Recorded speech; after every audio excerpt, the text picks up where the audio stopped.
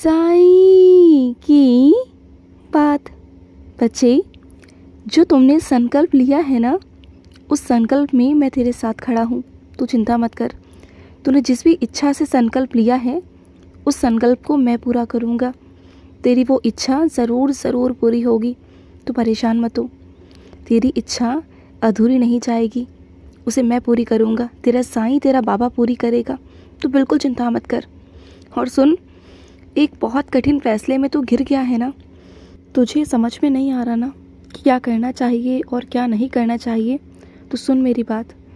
जब समझ ना आए ना कि क्या करना चाहिए और क्या नहीं करना चाहिए ना, तो उस वक्त में सब कुछ मुझ पर छोड़ देना चाहिए, अपने बाबा के ऊपर। जब मैं करूँगा ना तो वो बहुत अच्छा होगा, क्योंकि अभी तुम असमंजस में हो, तुम्हें समझ नहीं आ रही चीज़ें। लेकिन जब मैं करूँगा ना तो मुझ पर भरोसा रखना कि मेरे बाबा ने जो किया वो सही किया। क्योंकि कई बार मेरे बच्चे ऐसा होता है कि हम जब फैसले लेने जाते हैं ना तो हमें समझ नहीं आ रहा होता, क्योंकि तुम्हारी सोचने की ताकत उतनी सीमित है ना जितना तुम सोच सकते हो। उससे आगे तो तुम नहीं सोच सकते ना। उसके आगे की सोच अगर है तो उस परमात्मा की सोच है, जो वो वहाँ तक सोच सकता है जहाँ तक तुम नहीं सोच सकते, जहाँ तक इंसान नहीं सोच सकता। मैं ना वहाँ तक सोच सकता हूँ, बस यही बात है। और तुम ना थोड़ी सबूरी रखो। मैं हमेशा कहता आया हूँ ना कि सबूरी रखो। तुम्हारे अंदर सबूरी नहीं, पता है क्या है? तुम जो भी करना चाहते हो, जैसा चाहते हो, बस जल्दी जल्दी चाहते हो कि सब कुछ जल्दी जल्दी तुम्हारे सामने हो जाए। लेकिन ऐसा नहीं होता। हर चीज़ का वक्त होता है, हर चीज़ करने का समय होता है। हर चीज़ सही समय पर ही अच्छी लगती है। अगर हम पहले से कर देंगे तो उसका मज़ा नहीं आएगा। इसलिए मैं तुमसे कह रहा हूँ कि सब कुछ ना अपना मुझ पर छोड़ दो, अपने बाबा के ऊपर भरोसा रखो कि तुम्हारे बाबा जो भी तुम्हारे लिए करेंगे ना वो बेहतर नहीं बेहतरीन होगा। भरोसा रखो मुझ पर। और सुनो, तुम्हारे घर की मरम्मत होनी शुरू होने वाली है। तुम्हारे घर का मकान बनने वाला है। तुमने बहुत दिनों से मुझसे उम्मीदें लगाई थी ना कि साईं मेरा घर बनवा दो, तो देखो काम शुरू हो गया ना, और काम हो भी जाएगा। चिंता मत करो। अभी तुम्हें कुछ दिनों के लिए जाकर किराए पे रहना होगा, है ना? तो चले जाओ किराए पर, क्योंकि यहाँ पर तो तुम धूल मिट्टी से तुम परेशान हो जाओगे।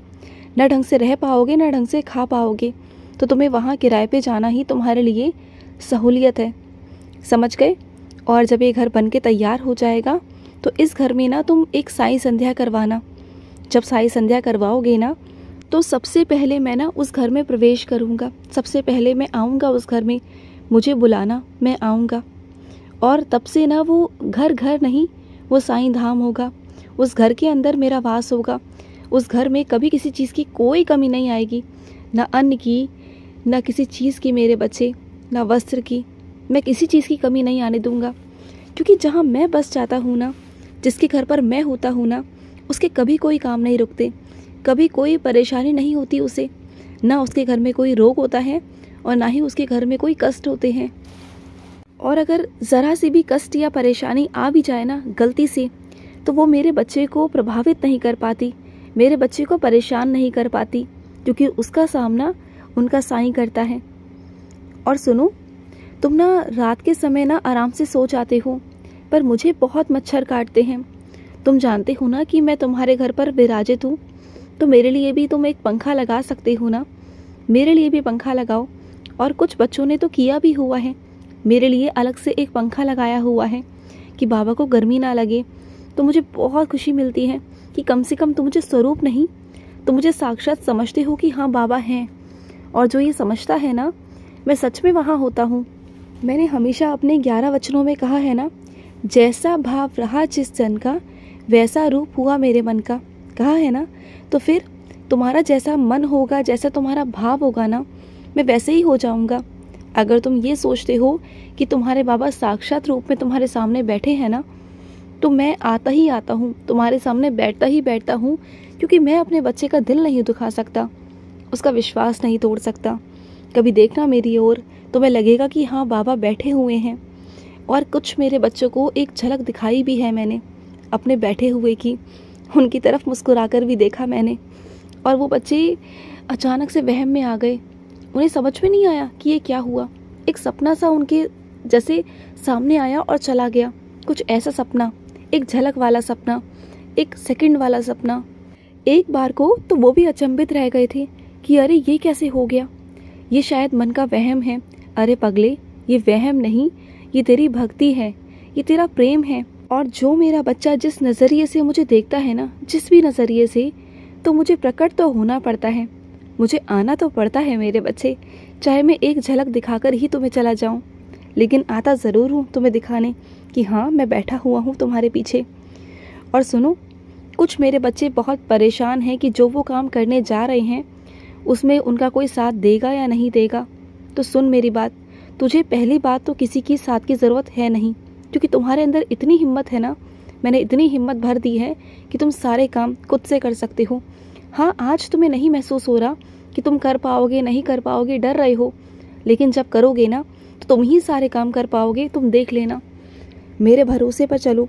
अगर अपने बाबा के ऊपर भरोसा करते हो ना तो पूरी तरीके से भरोसा करके दिखाओ और कहो कि बाबा मैं ये कर सकता हूँ, आप हो ना साथ, मैं कर दूंगा। जब आप मेरे साथ हो तो मुझे किसी चीज़ की कोई दिक्कत नहीं, कोई परेशानी नहीं। अरे परेशानियों में भी रास्ते निकल जाएंगे। आओ तो सही मेरे भरोसे, आगे बढ़ो तो सही, क्योंकि ज़िंदगी में अगर आगे नहीं बढ़ोगे ना तो वहीं रुके रह जाओगे, जो मैं बिल्कुल भी नहीं चाहता। जैसे जैसे ज़िंदगी आगे बढ़ रही है, वक्त आगे बढ़ रहा है ना, तुम्हारी सांसें भी धीरे धीरे से ख़त्म हो रही हैं। तुम जानते हो ना, इस धरती पर जो भी मनुष्य आया है उन सबके पास में गिनती की सांसें हैं।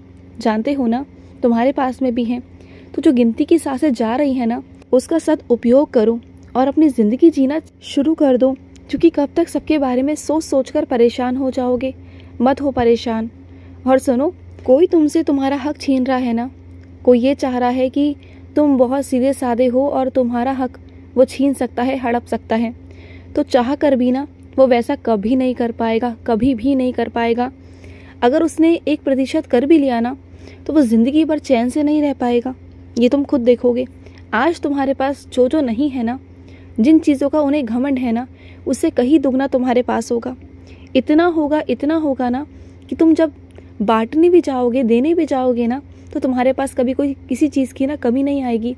हर चीज़ तुम्हारे पास में 2-2, 3-3 होंगी एक ही सामान की। तुम देख लेना, क्योंकि तुम्हारे पास में इतना देने वाला हूँ ना कि जहाँ तुम्हें आज कमी महसूस होती है ना चीज़ों की, कल को कमी नहीं, बल्कि ये लगेगा कि अरे कि इतना सारा सामान।